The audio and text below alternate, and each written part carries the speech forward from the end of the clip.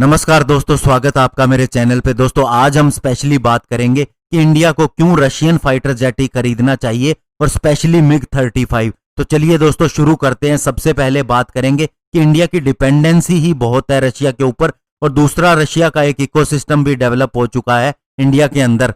और अभी राजनाथ सिंह जी जब रशिया के दौरे पे गए थे तो उन्होंने वहां पर रिक्वेस्ट की कि हमें MiG 29, Sukhoi 30, T-90 battle tank, kilo class submarine के लिए और अन्य हमारे वारशिप के लिए स्पेयर पार्ट्स इमीडिएटली चाहिए और इसकी सप्लाई रुकनी नहीं चाहिए। और रशिया ने भी ऐसा ही किया और एयर रूट से इन सभी को सप्लाई किया। इससे पहले ये वाटर रूट से आ रहे थे, लेकिन दोस्तों कोविड-19 महामारी की वजह से ये फंस गए। तो अभी दोस्तों 26 जनवरी 2017 को रशियन एयरफोर्स ने अपने मिग 35 फाइटर जेट के नए बैच का टेस्ट शुरू किया। ये दोस्तों सबसे पहले 2007 के अंदर आया था और इसे कंप्लीटली चेंज किया गया है, नए एवियोनिक्स इसके अंदर डाले गए हैं। इसके अलावा मिग 29 जो कि एक लाइट एयरक्राफ्ट है, उसी के ऊपर इसे बनाया गया है।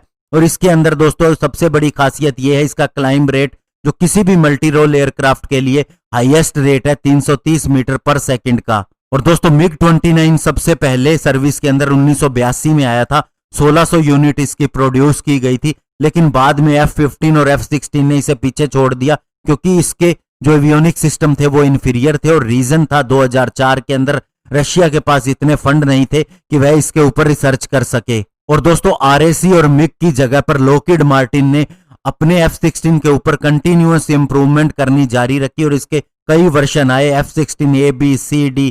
और इस तरह से दोस्तों ये फाइटर एयरक्राफ्ट ज्यादा प्रेफर माना गया। और F-16 का मुकाबला करने के लिए दोस्तों मिग ने भी मिग 29 के कई वर्जन लॉन्च किए, जैसे मिग 29 MM2, SMT और KKUB जो कि कैरियर बोर्न है। और दोस्तों अभी मिग 35 के साथ रशिया ने जो एक्सपेरिमेंट किया है वो ये है कि एक इसका कॉस्ट ऑफ फ्लाइंग कम हो, लगभग 2.5 गुना कम हो जाता है अन्य एयरक्राफ्ट से। दूसरा दोस्तों ये F-16CD, साब, Gripen, Rafale, Eurofighter, typhoon, F-18CD जो कि 4th++ जनरेशन के फाइटर जेट है, इनकी स्ट्राइक से बचने के लिए सक्षम है। और अभी मिग 35 के अंदर जो खासियत है वो है इलेक्ट्रॉनिक फ्लाइट इंस्ट्रूमेंट सिस्टम, और इसके अलावा दोस्तों multi function display, helmet mounted target designation system. और ये फ्लाई बाय वायर सिस्टम का इस्तेमाल करता है 3 चैनल्स के द्वारा। और जहां तक दोस्तों इसके कम्युनिकेशन सिस्टम की बात है तो इसके अंदर 2 नए रेडियो स्टेशन है। एक दोस्तों सीक्रेट डाटा लाइन के रूप में काम करता है, और ये डाटा लाइन जो ट्रांसमिट करती है वो सैटेलाइट से इंफॉर्मेशन भी हो सकती है, शिप बेस्ड कमांड स्टेशन से भी हो सकती है, इसके अलावा अवाक सिस्टम से भी हो सकती है। और दोस्तों अभी मिग कॉरपोरेशन ने जो सबसे बड़ी सफलता हासिल की है वो इन्होंने एक पेटेंट डेवलप किया है। और ये एक तरह का एक इंटेलिजेंट सिस्टम है जो कि दोस्तों हाईली मैन्यूवरेबल कॉम्बैट एयरक्राफ्ट को प्रोटेक्ट करता है किसी भी क्रिटिकल जी लोड्स के बियॉन्ड भी। और दोस्तों इसकी सबसे बड़ी खासियत है इसके 2 RD-33 इंजन, जो कि हाईएस्ट थ्रस्ट देते हैं 9000 किलोग्राम हर एक इंजन के लिए। और मिग 29 की तरह इसके अंदर बिल्कुल नहीं है। इसका जो इंजन है वो दोस्तों बार्क सिस्टम के साथ में है, यानी कि digital monitoring and control system के साथ में। फ्यूल भी कम कंज्यूम होता है और स्मोक भी एमिट नहीं होती, और इसका इंफ्रारेड फुटप्रिंट भी बहुत कम होता है। इसके अलावा RD-33 इंजन के अंदर वेक्टर्ड थ्रस्ट नोजल्स का इस्तेमाल होता है, जिससे दोस्तों ये अप डाउन और लेफ्ट राइट 15 से 30 डिग्री तक मूव कर सकता है। इसके अलावा दोस्तों इसकी सबसे बड़ी खासियत है इसका झूक AES से रडार, जो कि 160 किलोमीटर के डिस्टेंस तक टारगेट को एंगेज कर सकता है।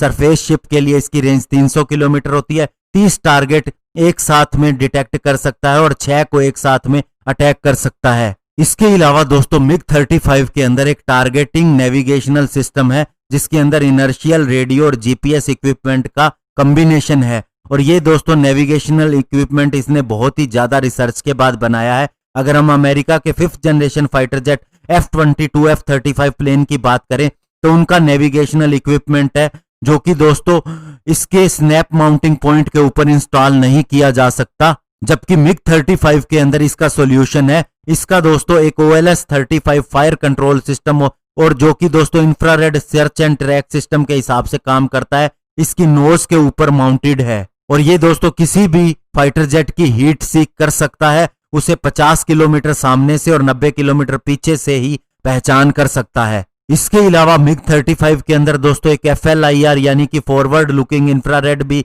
लगा है, जो कि दोस्तों इसके इंजन के बिल्कुल नीचे लगा होता है और ये दोस्तों नाइट टाइम के डिस्प्ले के लिए है और हर तरह के टेरिन को देख सकता है, आइडेंटिफाई कर सकता है टारगेट को। और ये प्रिसीजन म्यूनिशन के लिए ऑटोनोमस गाइडेंस का भी काम करता है। और इसके अंदर एक लेजर रेंज फाइंडर भी लगा है, जो कि दोस्तों 20 से 30 किलोमीटर के डिस्टेंस से भी टारगेट को प्रोजेक्ट कर सकता है और उसके बाद गाइडिंग बॉम्ब्स और मिसाइल्स छोड़ सकता है। और इसके अलावा दोस्तों इसके अंदर जो पॉइंट है जिनके ऊपर वेपन लगाए जा सकते हैं, वेपन स्टेशन है, वो 6 से 9 हो गए हैं और इसकी पेलोड की क्षमता भी बढ़ गई है, 4800 से 7000 किलोग्राम हो चुकी है। इसके अलावा दोस्तों अगर बात करें इलेक्ट्रॉनिक वारफेयर सिस्टम की, तो इसके अंदर एक ब्रॉडबैंड वार्निंग रडार रिसीवर होता है, जिसके अंदर एक एंटीना होता है, पूरे सरफेस के ऊपर इसे बॉडी के लगाया गया होता है। इसके अलावा दोस्तों इसके ऊपर एक मिसाइल अप्रोच वार्निंग सिस्टम भी लगा है, जो स्पेशली दोस्तों इसकी फ्यूसिलेज, टेल और विंग्स के ऊपर माउंट होता है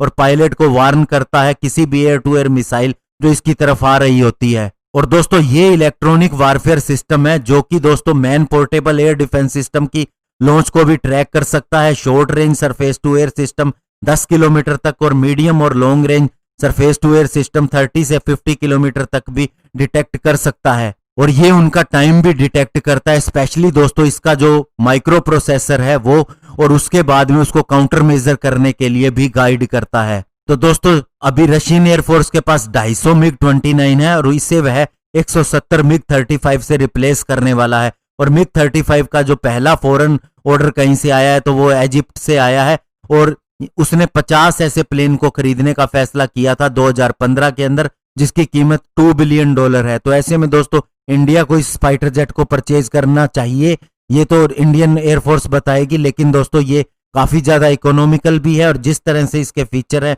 उससे दोस्तों ये इंडिया के काफी ज्यादा काम भी आ सकता है। धन्यवाद, जय हिंद।